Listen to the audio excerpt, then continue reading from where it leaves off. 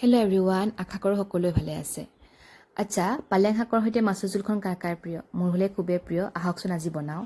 এয়া পালেং শাক লৈছোঁ দুমুঠি, এটা বিলাহী কাটি লৈছোঁ, অলপ পিঁয়াজ, জলকীয়া দুটা, ফালি লোৱা নাই দেই, জ্বলা লাগিব যে, ল'ৰাটোৱে খাব নোৱাৰিব, আৰু আলু কাটি লৈছোঁ। প্ৰথমে মাছখিনি, যিহেতু মাছৰ লগতে বনাম, মাছখিনি ভাজি লওঁ আহক।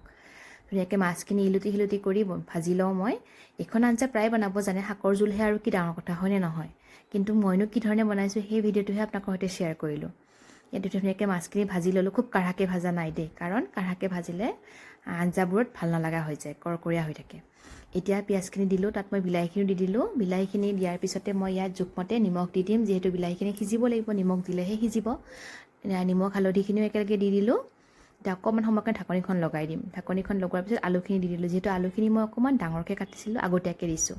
এতিয়া আলুখিনি অকণমান সিজা যোৱাৰ লগে লগে তাত মই শাকখিনি কাটি থোৱা শাকখিনিও দি দিলোঁ। শাকৰ লগত ধনিয়াও আছিল দেই, অলপ ভাল লাগে, ধনিয়া দিলেও ভাল লাগে।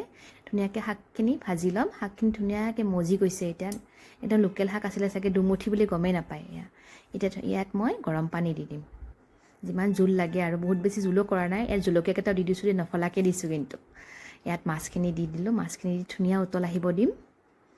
যিমান উতল আহিব পাৰিব সিমানেই ভাল। এতিয়া এয়া দেখিছেনে, মাজে মাজে এডোখৰ আলু ভাঙিও দিছোঁ। এয়া মোৰ পালেং শাকৰ সৈতে মাছৰ জোলখন ৰেডি হৈ গ'ল।